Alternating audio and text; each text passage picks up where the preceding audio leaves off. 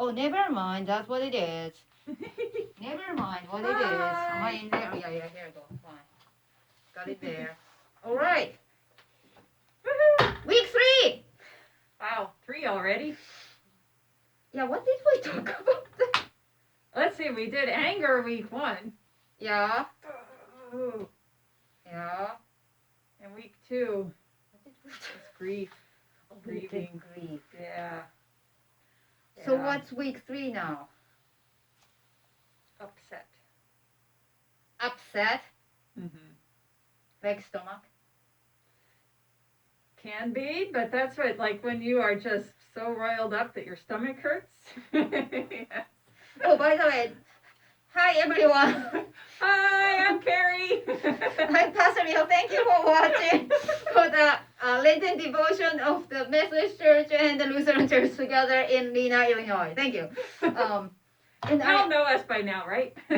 Whatever it is, I have to apologize. I forgot one important thing about Lent. Because last week we talked about fish. I mentioned that yes. it's about fish.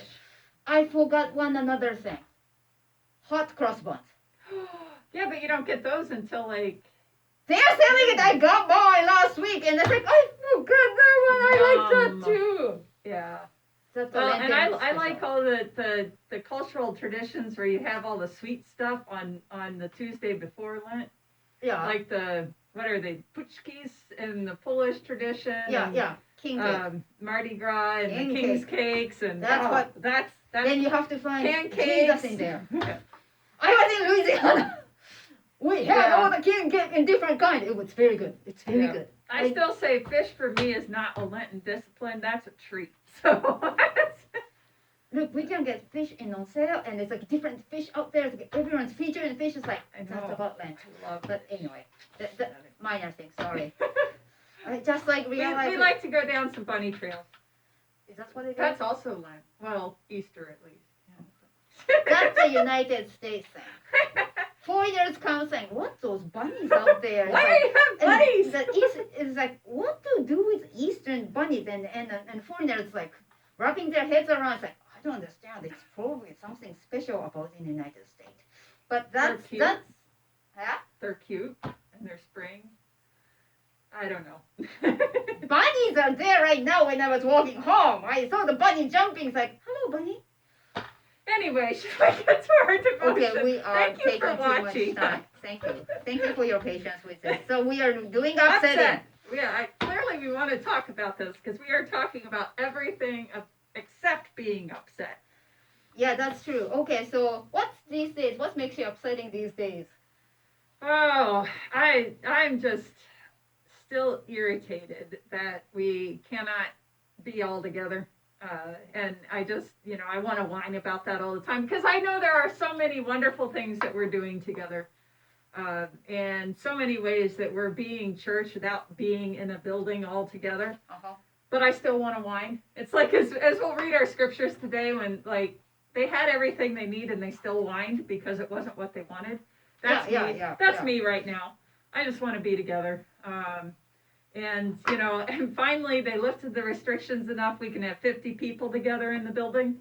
And then since that went into effect, it has either snowed or iced or been negative 50,000 degrees for like every single Sunday. And I'm like, just one nice Sunday, please.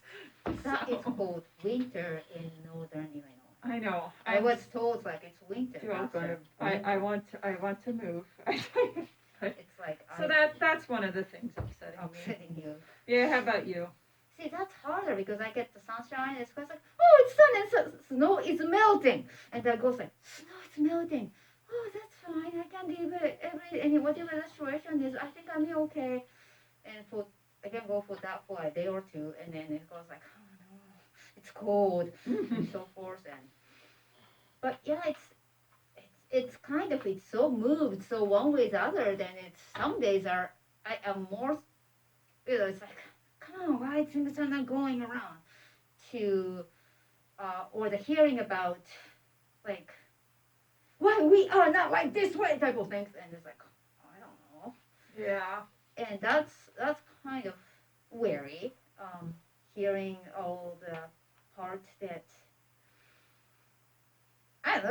make sure about things so that it's like, I don't know.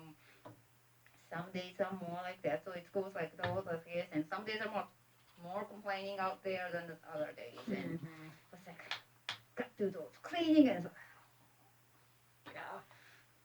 And sometimes you're just too busy to complain, and other times you're so busy you complain, and sometimes you just don't have enough to complain about. You know, it's like, or yeah. I think it's never feel this is what I want. It's not happening. I mean, that's probably what it is. Yeah. But I think I upset with the people to face the people who has a different opinion, and the things which I think I can tolerate, and the people are not able to tolerate it, and I hear us like, what's wrong? And like, why can't you do this? And that is probably a challenge. That everyone has a different place and in a different level of the situation, and each day is different, and each time it's also different. But it's like, really? Those are some of the times like, why? Makes like, and I think it's trying to understand like why some area are getting impacted and some are not, and it's like, well, what the how those things are going, or some of the politicians are focusing on totally that's not the right now we are living, and so much focus on that, and then so much angry with the certain things, and then it's like, well, if you have energy to spend that way, just deal with this what we are facing right now, and those kind of makes it a little more upsetting stuff.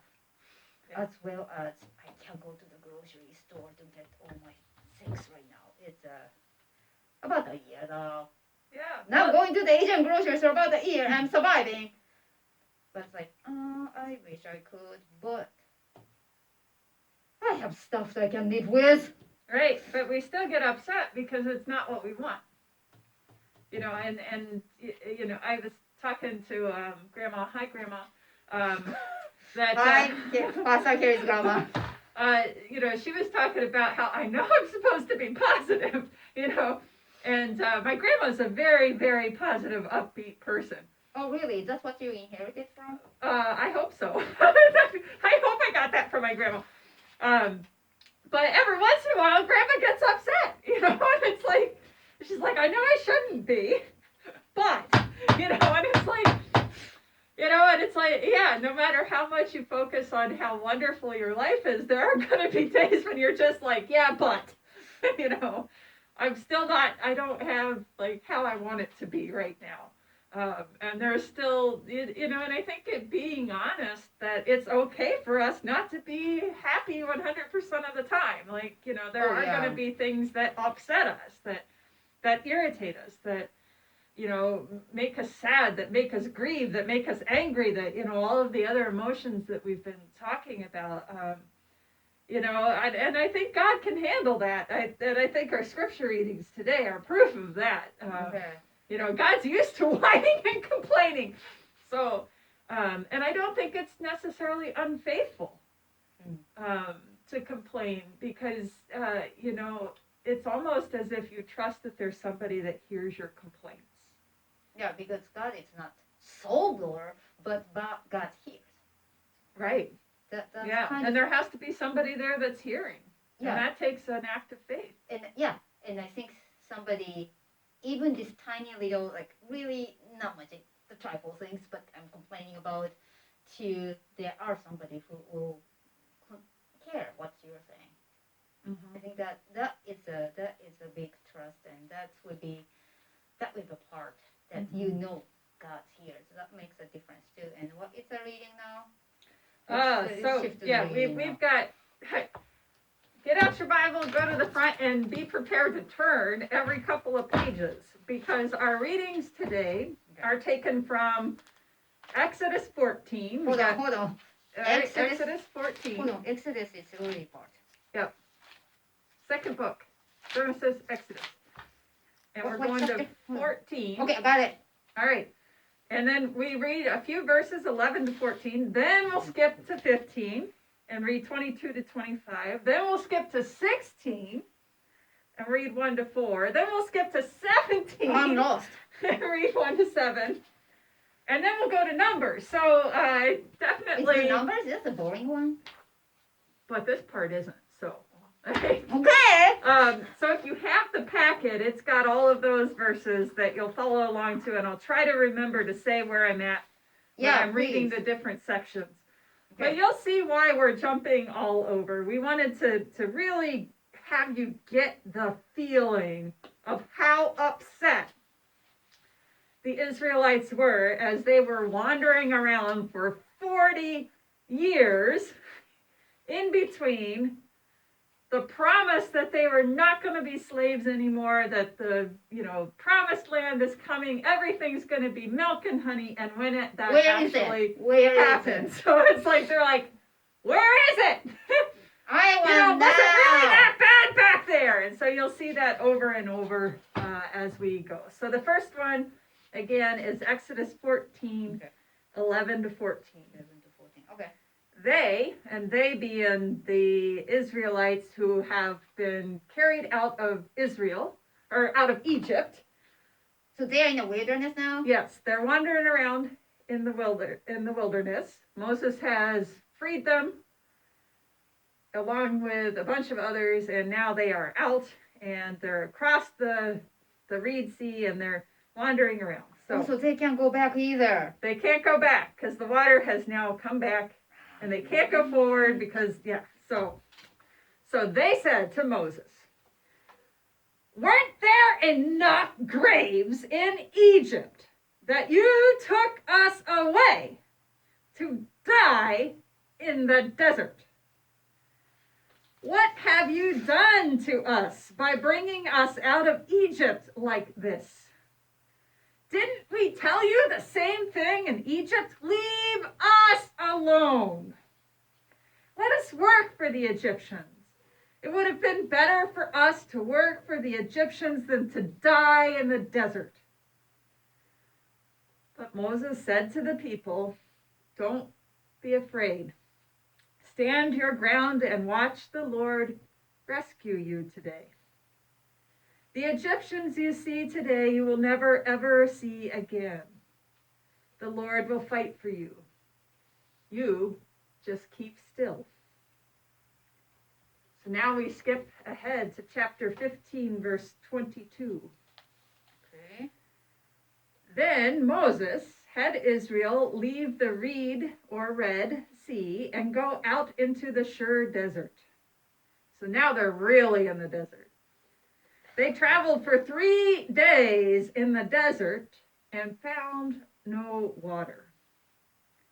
When they came to Marah, they couldn't drink Marah's water because it was bitter. That's why it was called Marah. The people complained against Moses. What will we drink? Moses cried out to the Lord, and the Lord pointed out a tree to him. He threw it into the water, and the water became sweet. The Lord made a regulation and a ruling there, and there he tested them. Now we're skipping ahead to chapter 16. Okay. The whole Israelite community set out from Elim and came to the Sin Desert, which is located between Elim and Sinai. So they're still out in the desert. They set out on the 15th day of the 2nd month after they had left the land of Egypt. That sounds like our quarantine. It's only what? Oh, it's just only 50. Yeah, they haven't been there very long. This is like last April, right? The whole Israelite community complained against Moses and Aaron in the desert. The Israelites said to them, "Oh, how we wish that the Lord had just put us to death while we were still in the land of Egypt. There we could sit by the pots cooking meat and eat our fill of bread. Instead, you've brought us out into this desert to starve this whole assembly to death." Then the Lord said to Moses, I'm going to make bread rain down from the sky for you. The people will go out each day and gather just enough for that day. In this way, I'll test them to see whether or not they follow my instruction. Now we're skipping ahead to 17. Oh, okay. All right. What's next? The whole Israelite community broke camp and set out from the Sin Desert to continue their journey, as the Lord commanded. They set up their camp at Rephidim, but there was no water for the people to drink. I know. The people argued with Moses and said, "Give us water to drink!" Moses said to them, "Why are you arguing with me? Why are you testing the Lord?" Moses is starting to get a little angry here. Yeah, arguing, complaining. What's next? I don't know about, I'm glad I'm not Moses in this case, but all right. But the people were very thirsty for water there, and they complained to Moses, "Why did you bring us out of Egypt to kill us, our children, and our livestock with thirst?" So Moses cried out to the Lord, "What shall I do with these people? They're getting ready to stone me." Yeah. The Lord said to Moses, "Go on ahead of the people and take some of Israel's elders with you. Take in your hand the shepherd's rod that you used to strike the Nile River and go. I'll be standing there in front of you on the rock at Horeb. Hit the rock. Water will come out of it, and the people will be able to drink." Moses did so while Israel's elders watched. He called the place Massah and Meribah, because the Israelites argued with and tested the Lord, asking, "Is the Lord really with us or not?" Even the town's named after what they did. I know, even the towns are whining that. and complaining. I like that. They still remember the way place what happened. Yep. So now we're in the book of Numbers. Now moving to Numbers. Numbers at chapter 11. And we're on verse 4. Okay. Got it. So now we've gone from the whole Israelite community. The riffraff among them had a strong craving. Even the Israelites cried again and said, "Who will give us meat to eat?" So now they've got water, so now they got to find something else to complain about. So this is new. Now we're complaining about meat. "We remember the fish we ate in Egypt for free. The cucumbers, the melons, the leeks, the onions, and the garlic." Where's the garden tomatoes? I know that's what I am longing for. I want to add tomatoes to that list. Okay. "Now our lives are wasting away. There is nothing but manna in front of us." Oh. Isn't that the banana? It's like one of tasteless. Yeah, the tasteless, nourishing but the food. nutritiously fine, but it's just tasteless. It's not leeks and onions. Isn't the same and garlic day and after day? meat. Oh yeah, those have more flavor. Yeah. All right. Now we're skipping ahead to Numbers chapter 20. What? I know, this is the last one. Hold on. I got 80. 20. Got it. All right. In the first month, the entire Israelite community entered the Zin Desert, and the people stayed at Kadesh. Miriam died and was buried there. Talk about grieving. I mean, this is like the whole generation that came out is not going to see this promised land, right? I'd be getting some irritation too and upset. All right. Now there was no water for the community. Water disappears again. Well, they're out in the desert, right? And they assembled against Moses and Aaron. Then the people confronted Moses and said to him, can you almost guess what they're going to say? There's no water. You're killing me. If only we too had died when our brothers perished in the Lord's presence. Why have you brought the Lord's assembly into this desert to kill us and our animals here?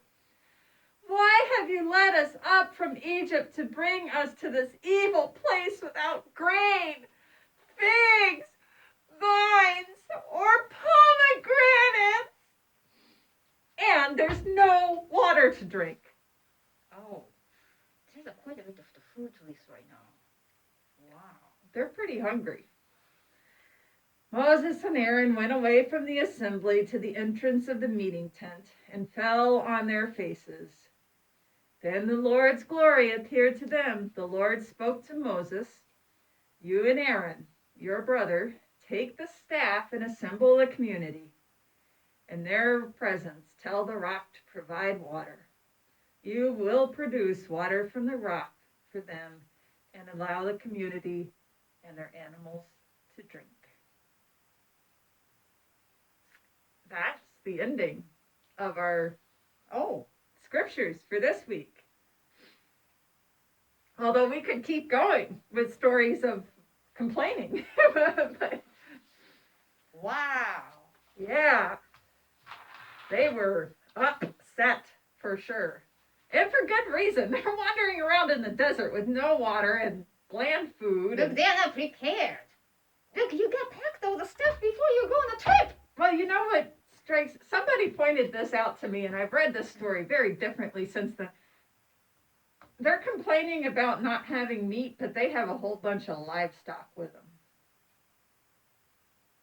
So they did not want to give up their wealth, their livestock, to feed themselves. They had it there. Is that edible livestock they have?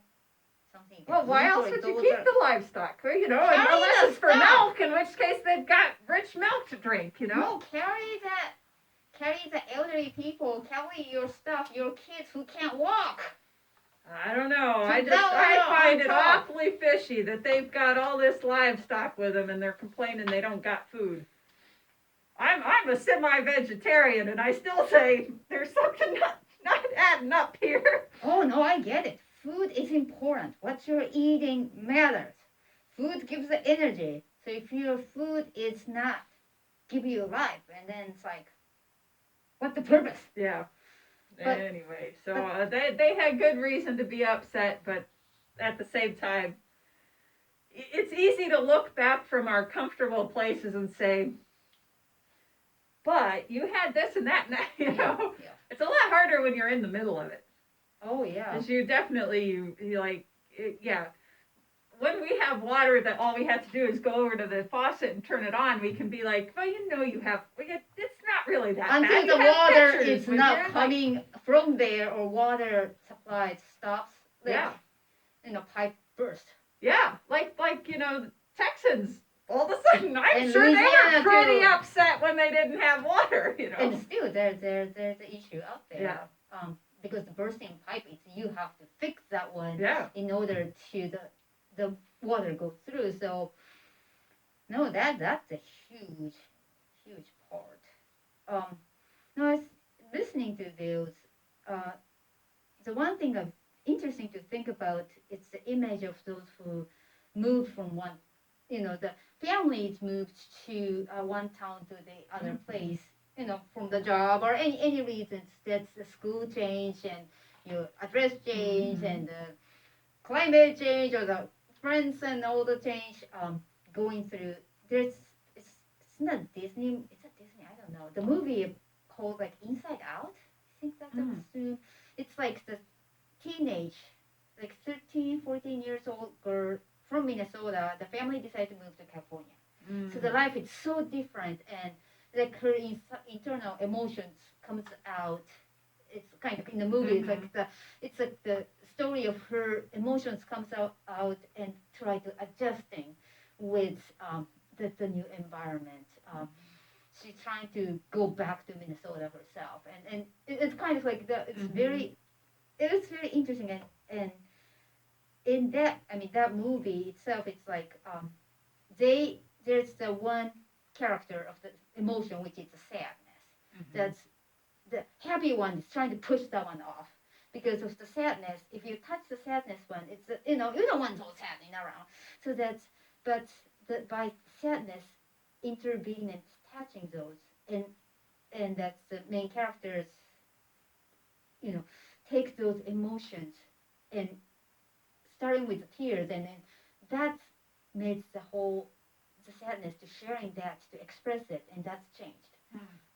So that's kind of thinking about that movie when I hear those one things. It's not quite right, and not quite right, but still got keep going in some way.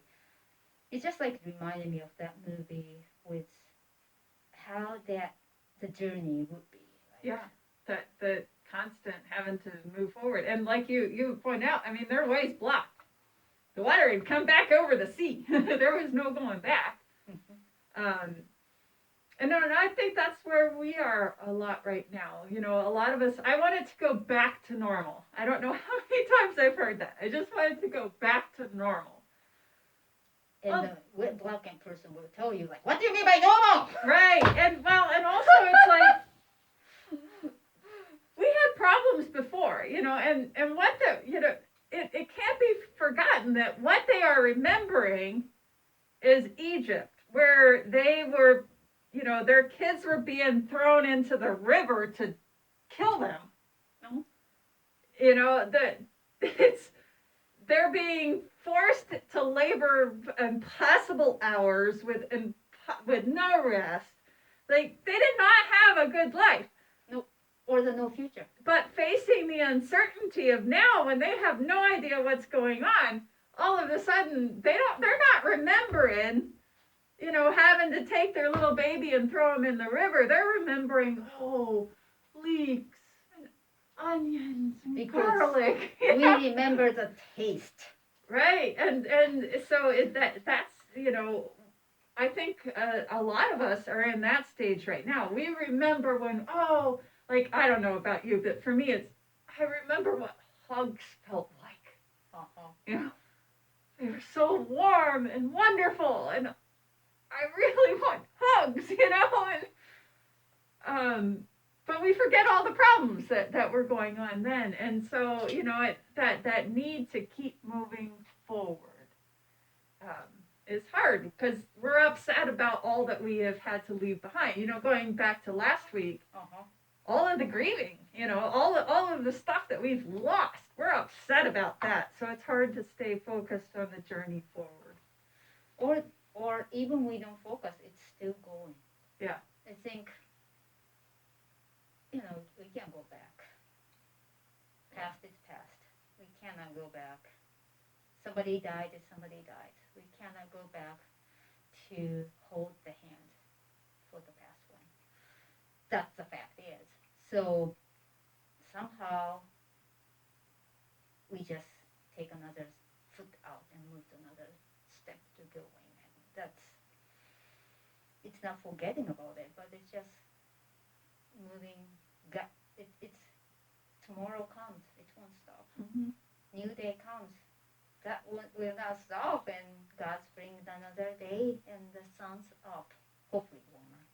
Yes. But that spring will come, whether we are ready or not. That's a whole lot easier to believe this week than it was last week. Snow will melt, and spring will come, and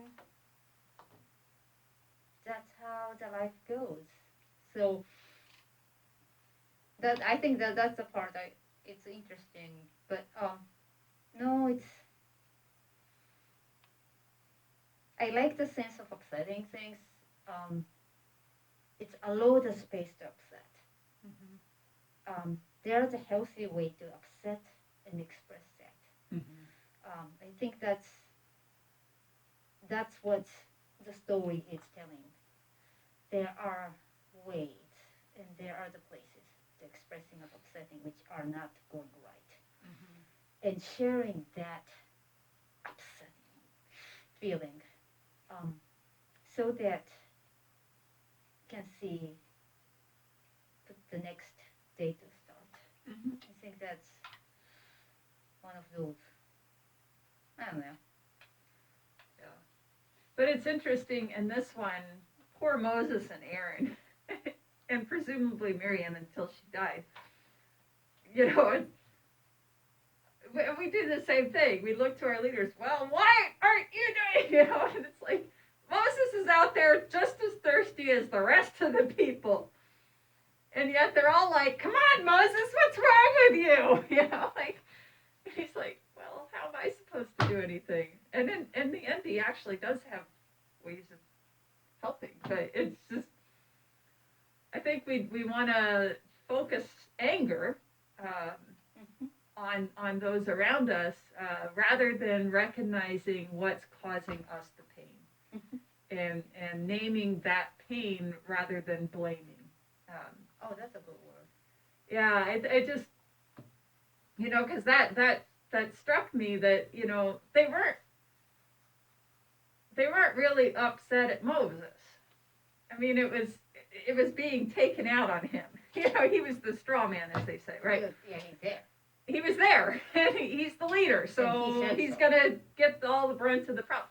They were upset that they were thirsty, that they were tired, that they've been wandering around with no home for, you know, all this time, and they just want to like sit down by a fire and eat a good meal with good food, you know, like that's what they're upset about.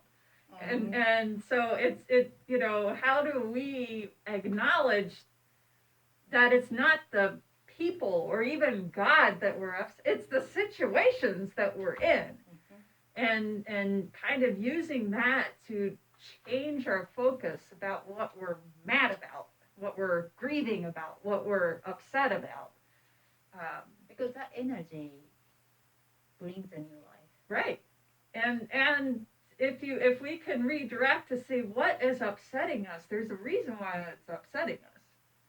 Like, you know, I think about the water. If we did not get upset when we heard about what went on in Flint a few years ago with their water system, there's something wrong with us. You know, like, that is atrocious. That the people of Flint could not drink their water. You know, and it's so we should be upset about that. Yeah, because the river is not good.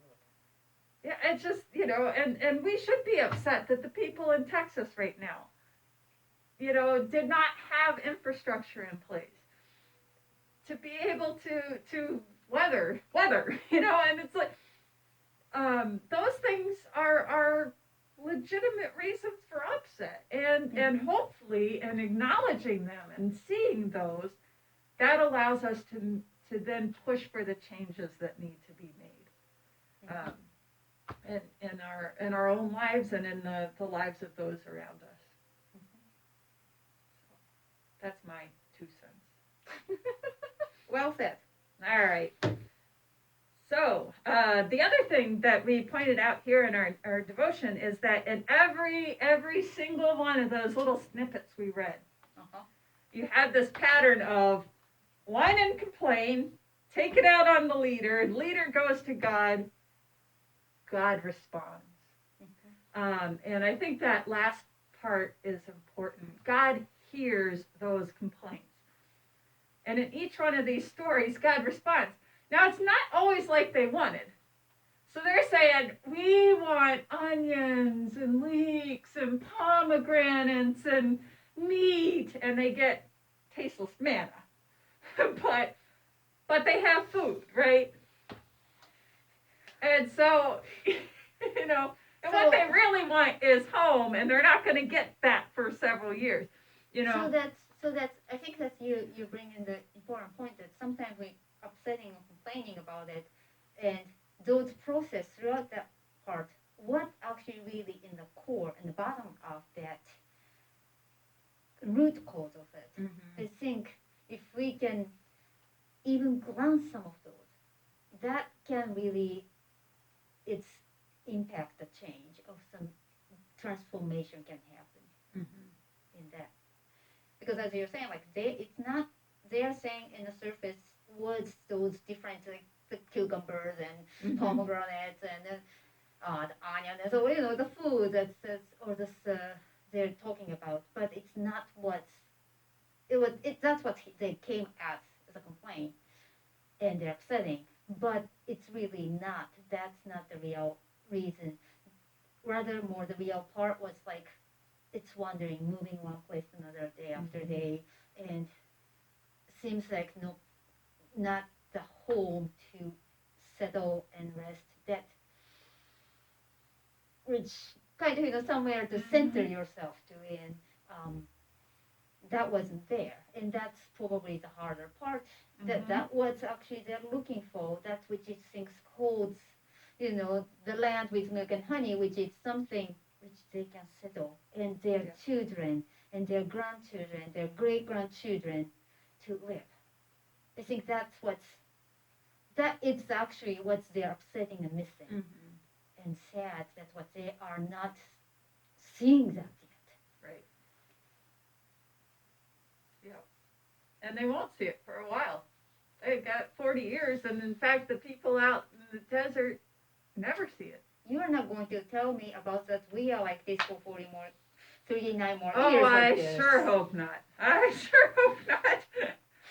But historically, pandemic happens, but pandemic goes. Well, 40 years is symbolically a really long time. This is my upset. It's been a really long time already. Let's go. You have a short memory, Pastor.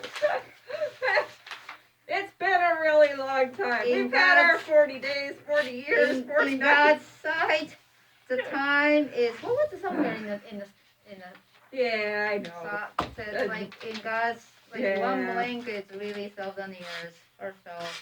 Yeah. But if you look at the more bigger picture like that will make it. I think it's I'm a historian. I think it's so neat and interesting how things have been changed. That's where we are standing, and that's what comes before us. And what we are supposed to writing the upsetting stuff now. Yeah. You want me to read them, or you want to read them? Go ahead, read it. I start writing. Our time of repentance. So you need a piece of scrap paper or the other half of your devotion. That's what we did. We just ripped off a piece from the devotion page. We're writing about what upsets us right now. And so some questions you might want to think about is, are you not satisfied? Are you frustrated today? If so, that's great. You are truly God's children. As you saw, God's children get upset. You are honest to God, and God hears our complaints, big or small, so name and claim them. And then we'll write or draw them, however you prefer, on our blank paper. Okay. I think this is very similar to what I've written in past weeks. So you're consistently the same thing? So yeah, I'm still complaining and upset. Maybe you can go down to your core pretty quick then. I'm just complaining and upset about the same things. We'll put it that way. Well, that will give you what's really the cause of there. Yeah. Or it might be you're going closer instead of you beating the bushes like this. Yeah, maybe. It takes time to figure out where it's going in the center.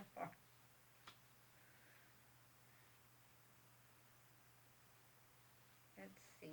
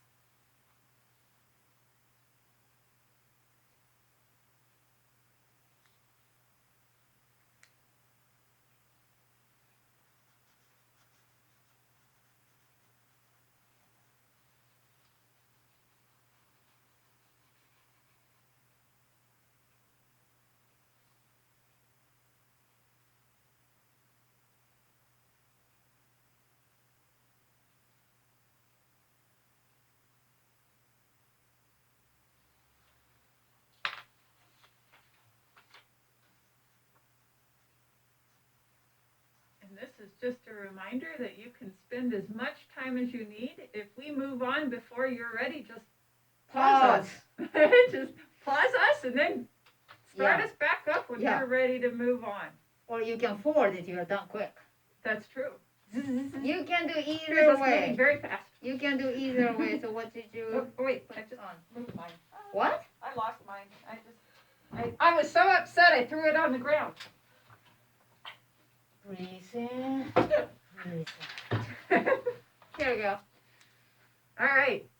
I got a lot of the same stuff as before. So snow, hugs, being tired. Snow is melting. It's still there. and just, I didn't know, like, how to put a feeling of just, like, not even knowing where to begin to do stuff, you know, just that feeling of helplessness, of not knowing how to get stuff done. So I just put a scribbler because I didn't even know how to do that. Oh, so it's some of those things which you're really not able to put in the word together, but you know there's something, and that's actually a good start. Yeah. So that's what I have on mine. Get the word. So mine's get not clean. Well, I really continue to be cleaning. My office is a mess now.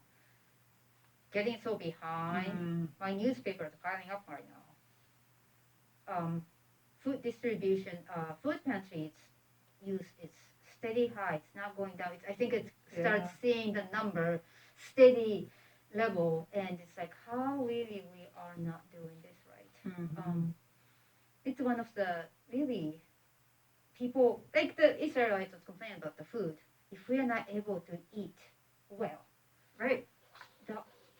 It's really, it's a life. It's really at stake, and it's not the well-being. So that's like kind of the part which stay with me quite a bit. Of course, a lot of people did not have food after World War II in Japan. So I mean that's a big part of it. And now it's you. Did you hear about those variants of the virus that appearing are now?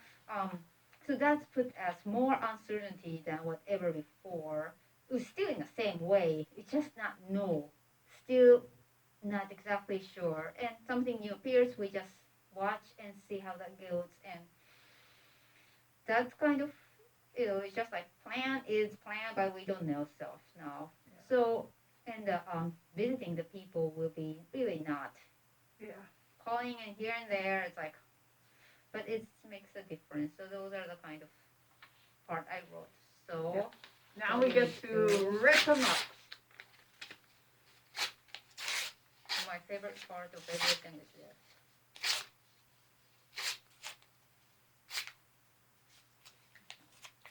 And then you'll throw them in your pot.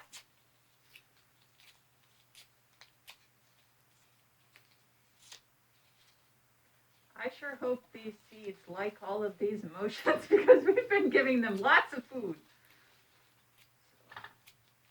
We'll see. Okay, I'm taking too long. But you spend as much time as you need. Again, and pause us if you really enjoy the ripping. I think that's when you're ripping and you can do the prayer at the same time. Okay. So this is a prayer. Today is from Psalm 88 and 121. Let us pray. Lord God of my salvation, by day I cry out, even at night, before you. Let my prayer reach you. Turn your ear to my outcry, because my whole being is filled with distress. My life is at the very brink of hell. I raise my eyes towards the mountains. Where will my help come from? My help comes from the Lord, the maker of heaven and earth. Okay, it's for the soil over.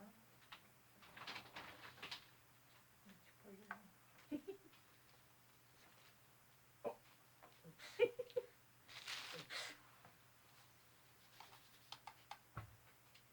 Yay.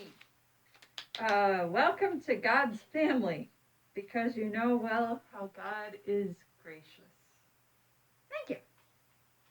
Yay! Good. That's for week 3, and week 4, what we are doing for week 4. Despair. We're going down all the time.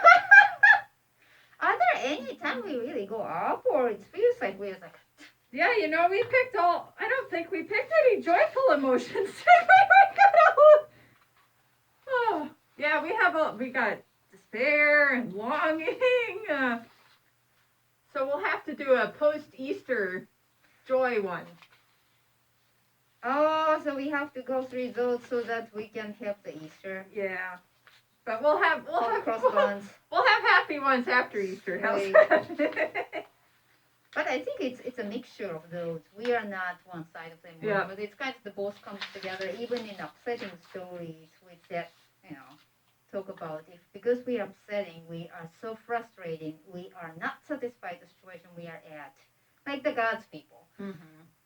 So that we can have the God's comes down so close to us. Those are the surprising ways God's like, okay, here we go, which is not what our plan was, but still God comes down. Yep. So that's kind of, I don't know. All right. So for whatever, we'll see you next week. See you. Bye.